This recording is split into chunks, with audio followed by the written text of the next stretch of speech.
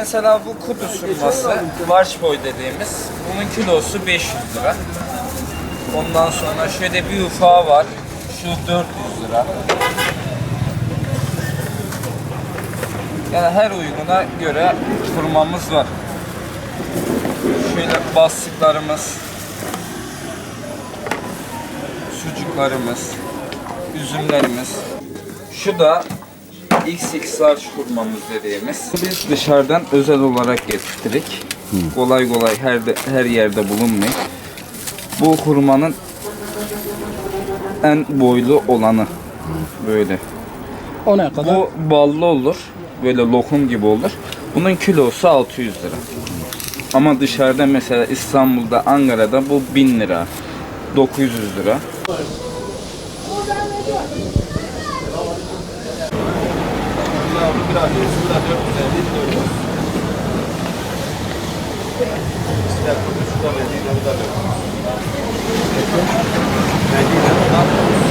Büyüklüğüne, küçüklüğüne göre, lezzetine göre yani her bütçeye uygun hurmalar var. 150'den başlayıp 600'e kadar, 700'e kadar hurmalarımız var.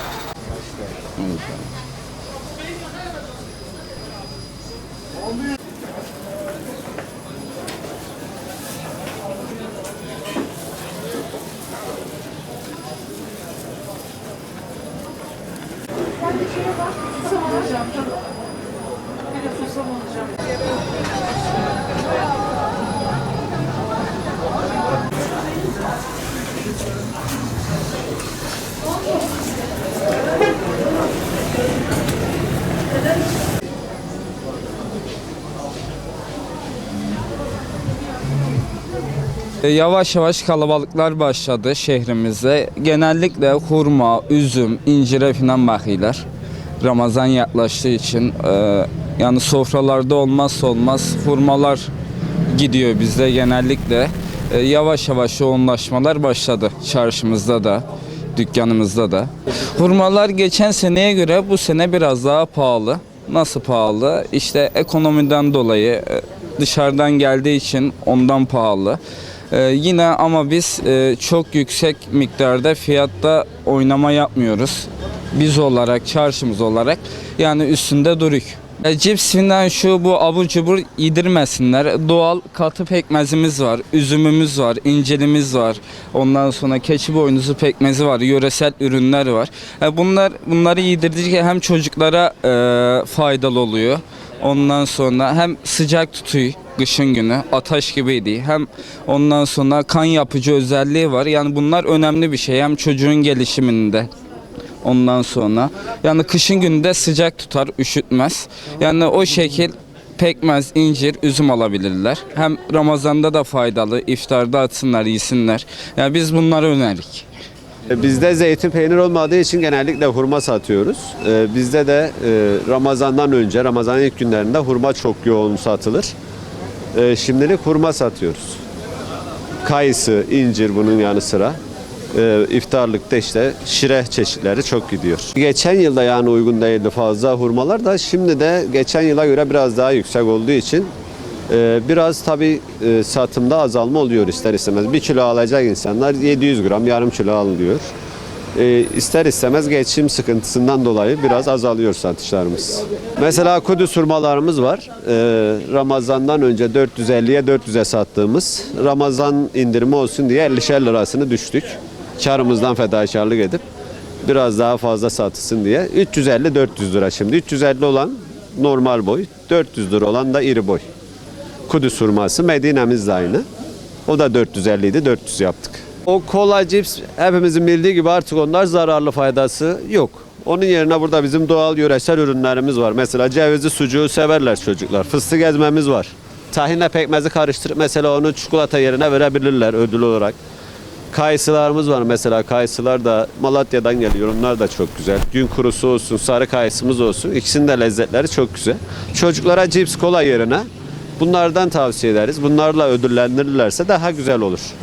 Ben son olarak şunu eklemek istiyorum.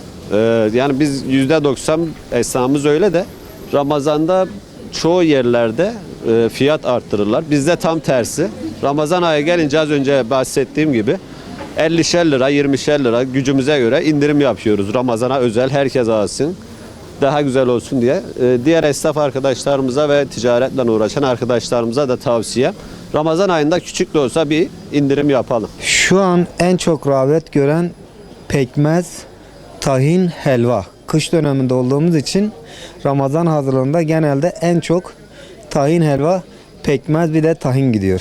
Hurma da gidiyor ama fiyatlar malum biraz yüksek olduğu için halkımız pek rağbet göstermiyor. Halen bir hareketlik göremiyoruz, yani hareketlik yok. Her yıl üstüne koyarak her şey çok pahalı ve çok yüksek oluyor. Yani bilmiyorum, gidişatımız inşallah iyi olur ama halk biraz memnun değil. Yani satışlarımız geçmiş yıllara nazaran az. Mübarek aya girdik. Fiyatlar yüksek olmasına rağmen biz fiyatları bir nebze geriye çektik ki halkımız yani alıp yiyebilsin diye. Yani Allah şimdiden hepimizin Ramazan ayını mübarek eylesin. Ama inşallah daha iyi olur. Daha da iyi olacak inşallah. Yani satışlarını geriye çektik biraz. O biraz hareketli göz önüne çıkartıyor. Ramazan kalabalığımız ufaktan başladı. Hareketliliğimiz var. Biliyorsunuz Ramazan ayında hurma çok gider. Pastalık malzemeler çok satılır. Pirinç unu çok satılır. Yuvarlama yapılır. Ramazan ayı alışverişini bence son güne bırakmamalarını tavsiye ederim. Şimdiden gelip almalarını tavsiye ederim. Ramazan'a özel indirimlerimiz var. Ramazan'a özel müşterilerimizi boş çevirmiyoruz. Örnek veriyorum, Ramazan alışverişinde toplu alışveriş yaparlar. Biz hediyesini mutlaka atıyoruz içine. Tabii Ramazan hazırlıkları bütün Anadolu'nun her tarafında, Antep'te olduğu gibi Anadolu'nun her yerinde böyle hareketli oluyor. Biz de çocuklarla şuraya bir tahın almaya geldik. Ramazan iftariyesi. Herkesin Ramazanları mübarek olsun. Ispartalıyım. Fiyatlar her tarafta aynı. Değişen bir şey yok yani. İnen bir şey yok, yükselen var.